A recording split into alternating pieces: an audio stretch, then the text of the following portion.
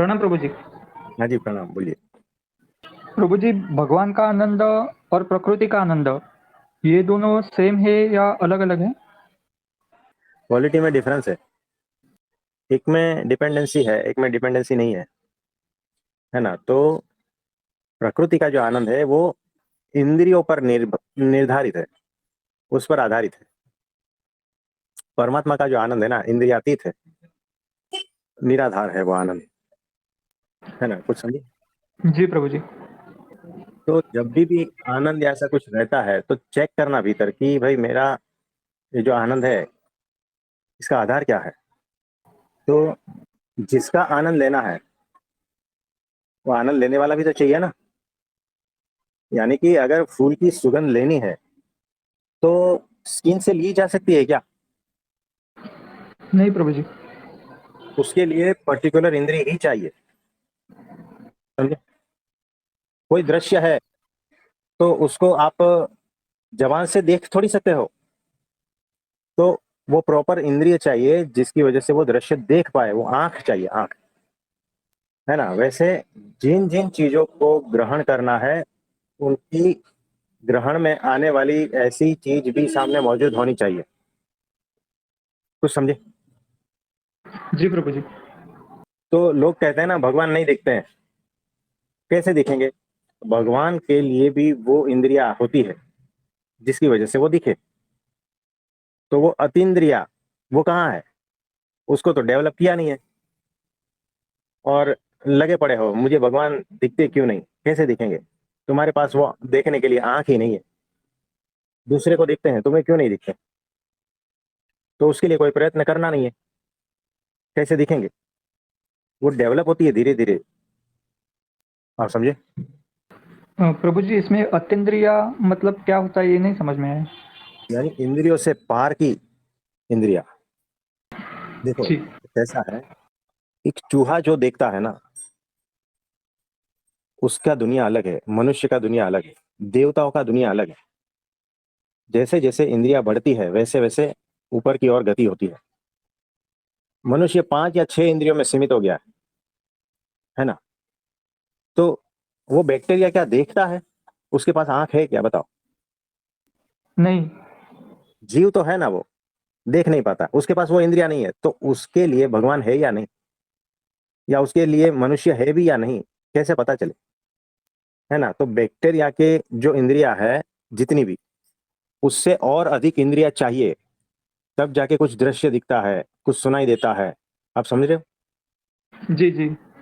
वैसे मनुष्य से भी ऊपर की बहुत सारी ऐसी इंद्रिया है जिसकी वजह से बहुत सारा कुछ ग्रहण हो सकता है। हमें इतना ही लगता है कि हम सुन पा रहे हैं, हम देख पा रहे हैं, हम स्पर्श कर पा रहे हैं, है ना? स्वाद ले पा रहे हैं, ये सारा इतनी ही दुनिया नहीं है। समुद्र में से एक बूंद ले लो, उतनी हमारी इंद्रियां हैं। और ये परमात्मा का जो तत्व है ना वो समुद्र जितना है, अनंत।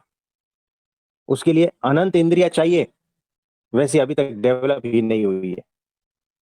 तो वो इंद्रियातीत, यानी मैं कह रहा हूं ये जो 5 इंद्रिया 6 इंद्रिया है ना, उससे भी ऊपर की स्थिति चाहिए।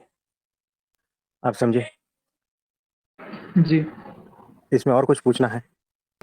प्रभु जी, इसमें थोड़ा सिंप्लीफाई करके यदि हम समझे, तो प्रकृति को देख हमें जो आनंद मिलता है, वो हमारे इंद्रियों को मिलता है, इसलिए ये इंद्रियों का कार्य है, ऐसा ही है?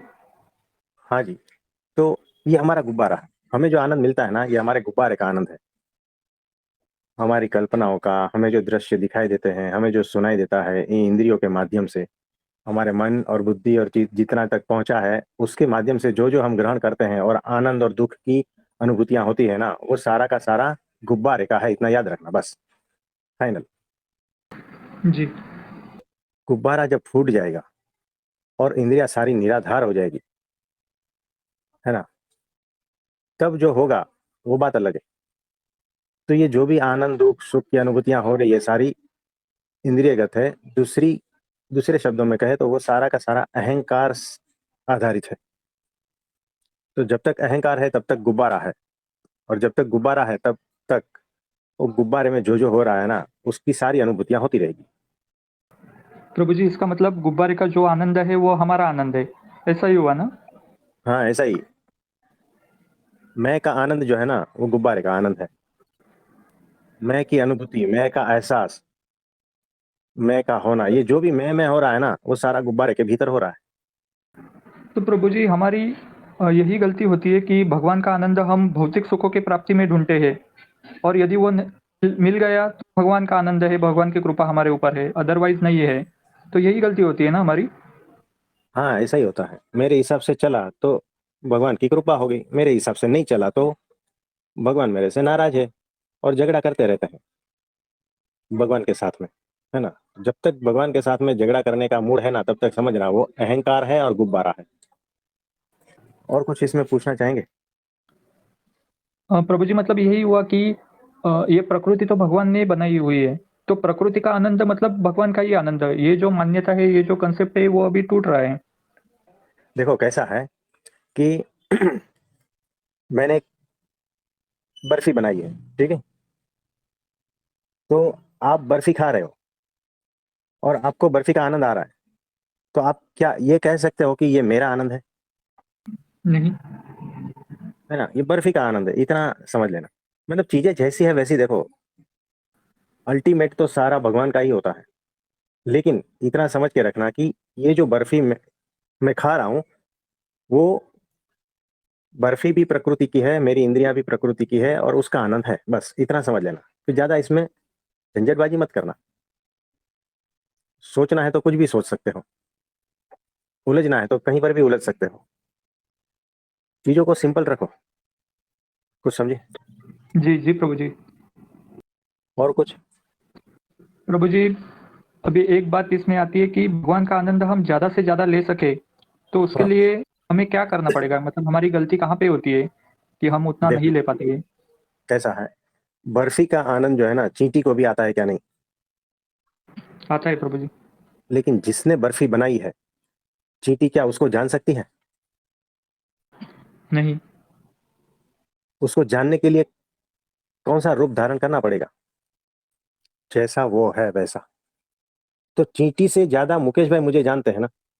मैंने बर्फी चींटी को भी दी और मुकेश भाई को भी दी, तो अपने अपने हिसाब से उनको दोनों को आनंद आ रहा है ना। लेकिन चींटी मुझे जैसा मुकेश भाई जानते हैं वैसा नहीं जान पाएगी, और मुकेश भाई भी मुझे वैसा नहीं जान पाएंगे जैसा मैं अपने को खुद को जानता हूँ।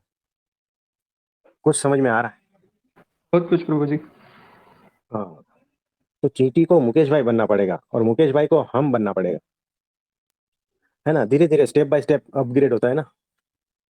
इसीलिए भगवान को भगवान होकर ही जान पाते हो। उससे नीचे रहोगे तो उतना जान पाओगे। निर्दोषता को निर्दोषता से जान पाओगे, और निर्दोषता का मिलन निर्दोषता से होता है, परमात्मा का मिलन परमात्मा से होता है। कुछ समझे? जी प्रभु जी बिल्कुल। अहंकार का मिलन अहंकार से होता है।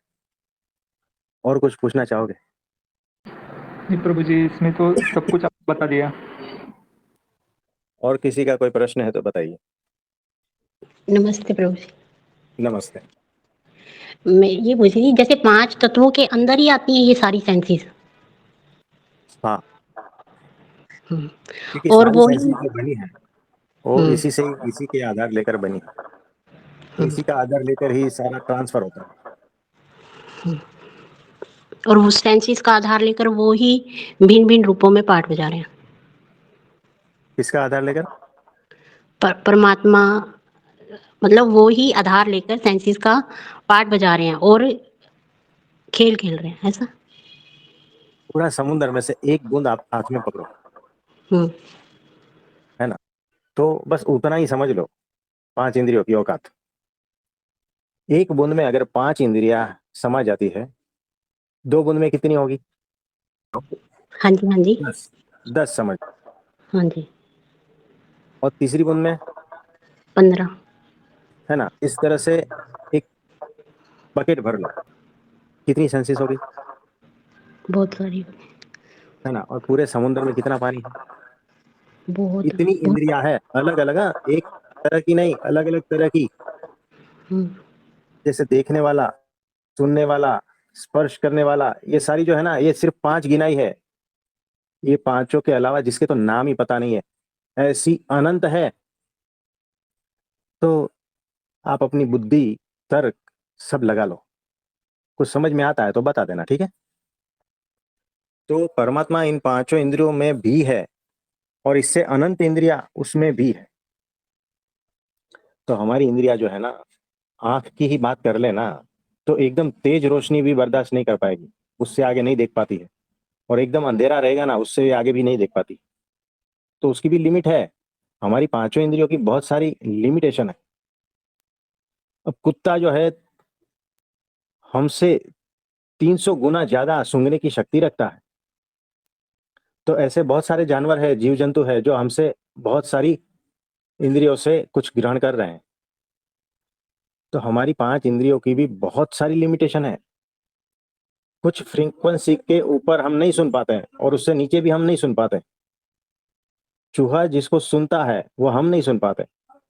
हाथी जिस चीज को सुनता है वो हम नहीं सुन पाते। तो सोचो, एक एक इंद्रियों में कितना विस्तार है। एक एक इंद्रियों में अनंत रेंज है। वैसी अनंत इंद्रिया है तो कितनी रेंज होगी। और अब आपकी बुद्धि कहाँ चलेगी, बता देना। वो क्या कहते हैं, प्रभु जी, जैसे मान लो किसी को भी देखो जो धरती पर जीव है, जब वो सेंसेस जिनकी भी है, जिनकी शरीर छोड़ते हैं, तो डेड बॉडी तो यहीं पड़ी रह जाती है, और वो पत्थर जैसी हो जाती है वो चेतना निकलने के बाद, और ना उसे कोई रख सकता। हम्म, और फिर जब वो अगर रखते हैं तो वो स्मेल करती है, और वो चेतना है जो चला रही है, यहाँ तक इतना जब जाते हैं, बाहर जाते हैं, किसी की डेथ होगी वहां गए, तो देखते हैं कि शरीर इतना भारी हो गया, जो हम चल रहे हैं, फिर रहे हैं, कुछ भी एक्टिविटी कर रहे हैं, वो चीज निकलने के बाद शरीर इतना भारी, ओ, मतलब कुछ हैरानी भारी नहीं होती होता। है। हाँ जी, इतनी भारी हैरानी नहीं होती है देख के कि बनता क्या है, होता क्या है, और सब अंधकार में और एक अलग अहंकार भाव में देखकर, जितने भी जैसे आपसे समझ लगने के बाद जब जाते हैं बाहर, तो देखते हैं कि भाई एक डेड बॉडी पड़ी है तो वो पत्थर बन गई है, और हर कोई उस अहम भाव में घूम रहा है बाहर, तो बड़ी दुखदाई स्थिति का एक अनुभव होता है। बराबर। हाँ जी। और किसी का कोई प्रश्न है तो पूछिए। प्रणाम प्रभु जी। हाँ जी प्रभु जी, प्रणाम।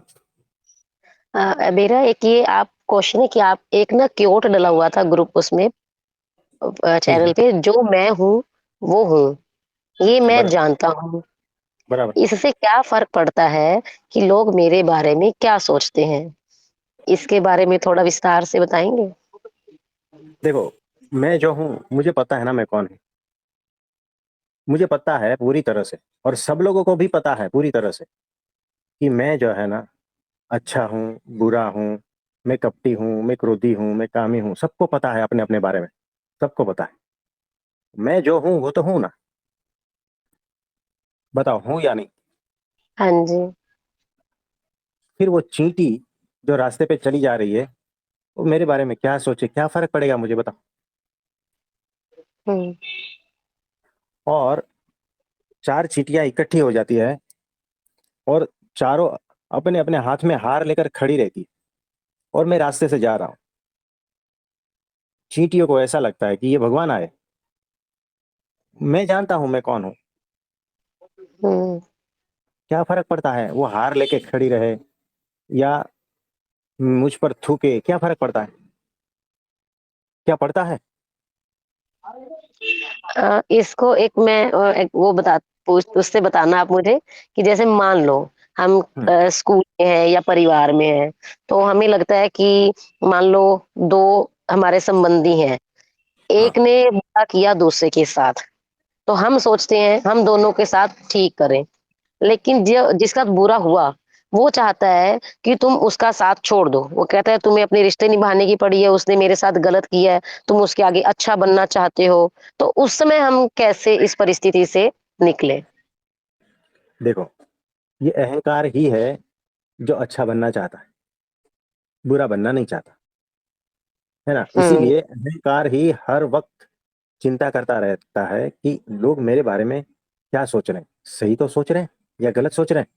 अगर गलत सोच रहे हैं तो हर एक के पास जाकर मैं जो है ना अपना पक्ष रखूंगा। नहीं, तुम जो मुझे समझ रहे हो गलत समझ रहे हो, मैं ऐसी नहीं हूं, मैं ऐसी हूं। यानी ये जो अगर भीतर वृत्ति है, समझ लेना प्योर अहंकार खेल रहा है। तो मैं खुद जानता हूं ना मैं क्या हूं, तो दूसरे का ओपिनियन लेने की क्या जरूरत है कि कोई मेरे बारे में क्या सोचे। देखो, बहुत लोग हैं हमारी फोटो मंगाते हैं, बोलते हैं हम मंदिर में रखना चाहेंगे।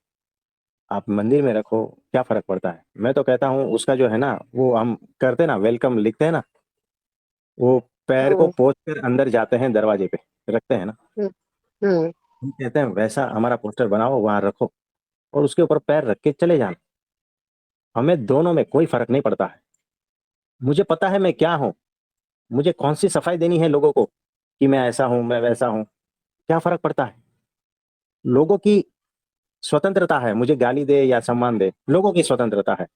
अगर इतनी समझदारी नहीं है तो समझना कि अहंकार भीतर बहुत बड़ा है। लोगों को कितना भी समझा लो आप, गारंटी से वो नहीं समझेंगे। आपकी छवि जिसको जिस प्रकार की बनानी है ना वो बनाएंगे ही, है ना? आपका कैरेक्टर जिसको जिस प्रकार से दिखाई देता है ना वो उनकी क्षमता है, उनकी सोच है और उनकी मान्यता और उनका स्वतंत्रता है। आप समझे? सुधार हम में करना है। मैं जैसा हूं ठीक है, मैं अपने हिसाब से दोषों को हटा रहा हूं, ठीक है, कोई बात नहीं। तो दोषी कौन नहीं है, सब है। क्या आपने भी ऐसी इमेज किसी की नहीं बनाई है क्या? दूसरे लोगों की आपके मन में क्या क्या इमेजेस है बताओ, है ना? कि वो वैसा, वो वैसा, वो वैसा, वो वैसा, आपके भीतर भी तो है ना। वैसे ही सब जहां पर भी मन है ना वहां पर ऐसी इमेजेस है ही। अब मैं एक कमरे में खड़ा रह जाता हूँ और आसपास जो है ना 1,000 आईने लगे हुए हैं और 1,000 आईने अलग अलग तरीके के हैं, है ना? किसी में मैं लाल दिखता हूँ, किसी में मैं लंबा दिखता हूँ, किसी में बौना दिखता हूँ, किसी में जाड़िया दिखता हूँ, है ना? आप समझ रहे हो? हाँ मैं जी। जानता हूँ मैं तो मैं ही हूं ना, मैं जानता हूँ मैं कैसा हूँ। लेकिन ये जो प्रतिबिंब 1,000 में दिख रहे हैं ना वो उनके हिसाब से दिख रहे हैं, मेरे हिसाब से थोड़ी दिख रहे हैं। तो मैं क्यों व्यथित हूँ? ये तो ऐसा ही है कि 1,000 आईने के सामने आप खड़े हो और जिस आईने में मैं छोटा दिखता हूँ उस आईने को मैं गाली देता हूँ, जिस आईने में मैं लंबा दिखता हूँ उस आईने को भी गाली देता हूँ। क्यों? क्योंकि वो आईना मैं जैसा हूं वैसा नहीं दिखा रहा है। अब वो आईने का प्रश्न है, मेरा थोड़ी है। तो मैं दोनों को आईने को फोड़ दूंगा तो क्या मैं ठीक हो जाऊंगा? तो दोनों आईने को देखकर व्यथित होना यही दुख का कारण है। तो 1,000 लोग हैं, 1,000 लोगों को पूछोगे ना तो सबके भीतर मेरा प्रतिबिंब अलग अलग है। कहाँ कहाँ मैं अपना प्रतिबिंब ठीक करने जाऊंगा बताओ, सारी जिंदगी निकल जाएगी। ये प्रयत्न नहीं छोड़ देना है। मैं जैसा हूं वैसा हूं, आनंदित हूं, बात खत्म हो गई। जिसको जो सोचना है सोचे, उनका प्रॉब्लम है, वो टाइम पास करने दो उनको। कुछ समझ में आ रहा है? हाँ जी, हाँ जी। इसमें और कुछ पूछना चाहते हैं आप? नहीं प्रभु जी। प्रभु जी, इस संसार में जितने भी जीव हैं, जितने भी प्राणी हैं, वो सब हाँ एक वृत्तों के आधार पर आधारित है ये सारा खेल। हाँ जी, जितने भी प्राणी मनुष्य जो भी है, जीव हुँ, जंतु, वो सब आईने की तरह याद रखना। ये हुँ, सबके आईने अलग अलग है, याद रखना। और सब में हुँ, आपका प्रतिबिंब अलग अलग दिखेगा, याद रखना। हुँ। हाँ जी, और किसी का कोई प्रश्न है तो बताइए। प्रणाम प्रभु जी। हाँ जी प्रभु जी, प्रणाम। प्रभु जी, अभी सोनिया दीदी ने जो टॉपिक उठाया है तो उसको ही थोड़ा एक्सटेंड करते हैं और इसके ऊपर भी आप प्रकाश डालना थोड़ा, कि जैसे कि कोई अपने बारे में ये गलत बता रहा है, हमारे बारे में झूठा प्रचार करते हैं या हमारा हम्म, अहित चाहते हैं, हम्म, या जिस पर हमने भरोसा किया है उसने ही हमें धोखा दिया है, तो हम्म। प्रभु जी अब उनके साथ हमारा आचरण कैसा होना चाहिए? मतलब हम उनके साथ कैसा देखो, अभी बिहेव करें? यही तो कह रहा हूँ, सामने आईना है, आप सुबह में देखते हो ना, जी। तो वो जो आईना ऐसा दिखा रहा है कि मेरे चेहरे पे एक काला धब्बा है। वो आईना मुझे ऐसा दिखा रहा है। ठीक है? जी, मैं आईने को कहूँगा कि तू मेरा गलत प्रचार कर रहा है। धब्बा मेरे में हो ही नहीं सकता। धब्बा तो तू दिखा रहा है। आईना आईना है। सुधारना है तो खुद को सुधार लो। आईने को फोड़ने के बाद धब्बा चला जाएगा क्या?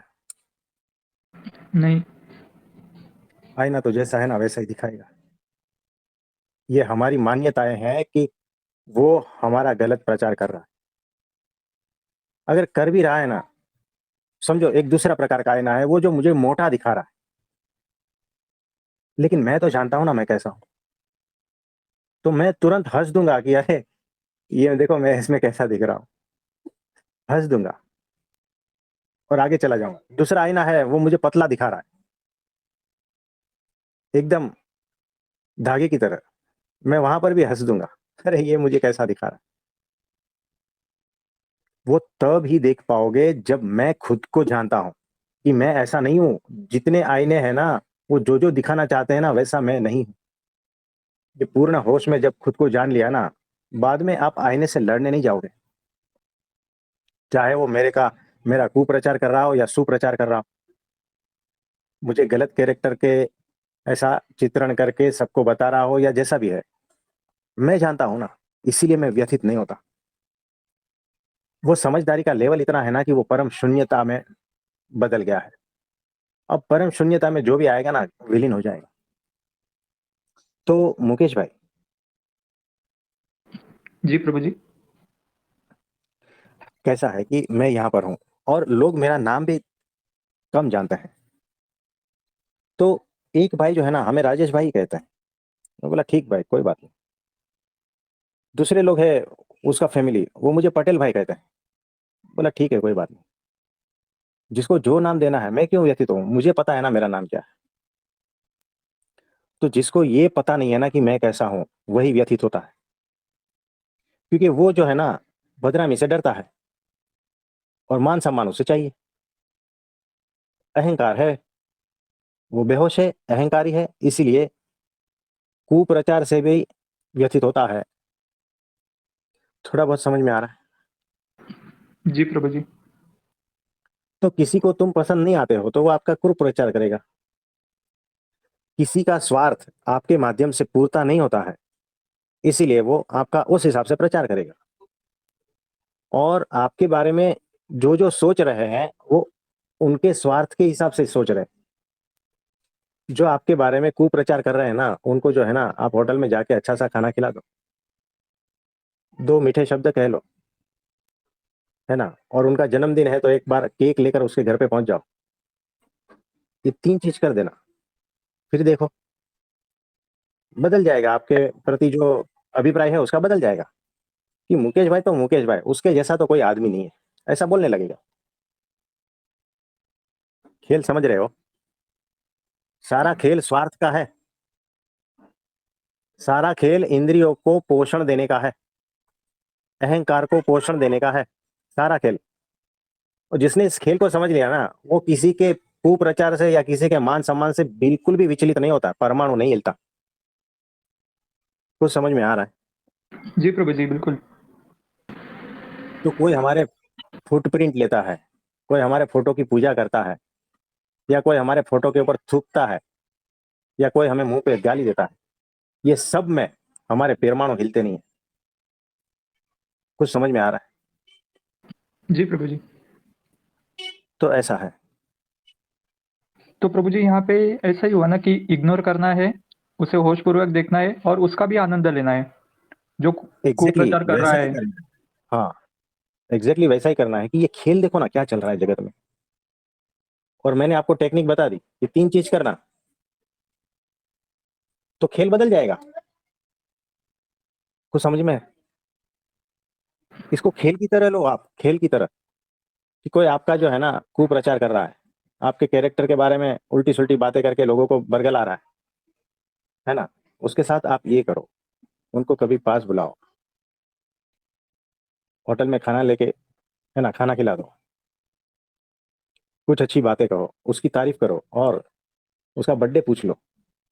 फिर केक लेकर जाकर उसके बर्थडे के दिन उसके घर पे चले जाओ। खेल समझ में आ ही जाएगा। होश पूर्वक रहना है बस। बेहोशी में इस खेल के आप मोहरे बन जाते हो और होश में इस खेल के दर्शक बन जाते हो। सूत्र है, याद रखना। आप समझे? जी प्रभु जी। क्योंकि प्रभु जी बहुत बार ऐसे देखा है कि एक दूसरे को गाली देने वाले आज देखेंगे तो एक दूसरे को गले लगाते हैं। तो पॉलिटिक्स में ऐसा ही चलता है जी। और वो सारा खेल पता है हमें। तो जहां जहां जिसका स्वार्थ होता है ना, वहां वहां फटाके फूटते हैं। एकमात्र सत्पुरुष को कोई स्वार्थ नहीं है। और कुछ पूछना चाहेंगे? नहीं प्रभु जी, इसमें तो और कोई क्वेश्चन नहीं है। स्पष्टता से सब समझाया है आपने। धन्यवाद प्रभु जी। हाँ जी, धन्यवाद। तो छत्तीसगढ़ से कोई पूछना चाहते थे? जी गुरुदेव प्रणाम। हाँ जी, प्रणाम, बोलिए। एक्चुअली आपको कैसे पता कि मैं कुछ पूछना चाहती थी? ये देखो। हाँ, बोलिए। हाँ, जब अभी जब ये टॉपिक चल रहा था तो मेरे मन में ये बात आई, तो क्या जो हमारे भीतर चल रहा होता है उसी का रिफ्लेक्शन है बाहर? यदि हम भीतर से शांत है, जैसे कि मुस्कान जी ने कहा था, उसके अकॉर्डिंग मैं पूछ रही हूँ कि जो कुछ भी हमारे भीतर, यदि भीतर सब कुछ शांत है, हमारे भीतर निर्दोषिता है, तो हमें वैसे ही संसार दिखता है? तो जैसे हम है ना, वैसा ही हमारा गुब्बारा, और उस गुब्बारे में हम वैसा ही देखते हैं जैसे हम हैं। यानी हम अगर अहंकार से लिप्त है तो अहंकार की जो भाषा है ना, वही हमें दिखाई देगी। उसी के ही रंग दिखाई देंगे, उस हिसाब जी। से ही सारा कुछ सुनाई देगा और उस हिसाब से ही हमें ग्रहण होगा। तो हम जैसे है ना, वैसे ही सामने दिखाई देंगे और वैसे ही वापस रिफ्लेक्शन होकर हमारे भीतर आएगा। यानी सारा जी। खेल गुब्बारे का ही है। हुँ। आप अपने घर के भीतर लाल कलर की दीवारें कलर कर दोगे ना, तो आपको लाल दिखेगा। हुँ, हुँ। करवाने वाले भी जी, आप ही हो ना। जी। और ब्लू कलर की रंग करवा दोगे तो ब्लू दिखेगा। आपने ही तो कलर करवाया और सुबह में उठ के आप ही चौंक जाते हो कि अरे, ये ब्लू कलर कैसे दिख रहा है मुझे, कल तो लाल दिख रहा था। लेकिन आप वो जो पार्ट है ना, भूल गए हो कि आप ही ने वो कलर करवाया था कल रात को। जी, गुरुदेव, मैं कल वाला सत्संग को फिर से आज सुबह सुन रही थी और ऐसा लगा ना कि अंदर से आप पूरा धो-धो के निकाल दे रहे हो पूरा, जितना अंदर में कचरा है ना, गंदगी सब लगा जैसे कि ना धो-धो के निकल रहा है। सारी गलती मेरी ही है, यदि मेरे साथ किसी ने बुरा किया और किसी ने अच्छा किया तो हर जगह पे दोषी मैं अपने आप को ही देख पा रही थी। हाँ जी, और कल एग्जैक्टली से ऐसा ही है। तो जी। देखो, वो ट्राई अप कर दिया है हमने, टाइड वालों के साथ में, सर्फ एक्सेल वालों के साथ में, घड़ी डिटर्जेंट के साथ में, सबके साथ में है ना, हमने टाई अप कर दिया है कि जैसे ही हम जी। फोन करेंगे ना, उतनी मात्रा में वो पूरा ट्रक लोड करके भेज देगा हमें।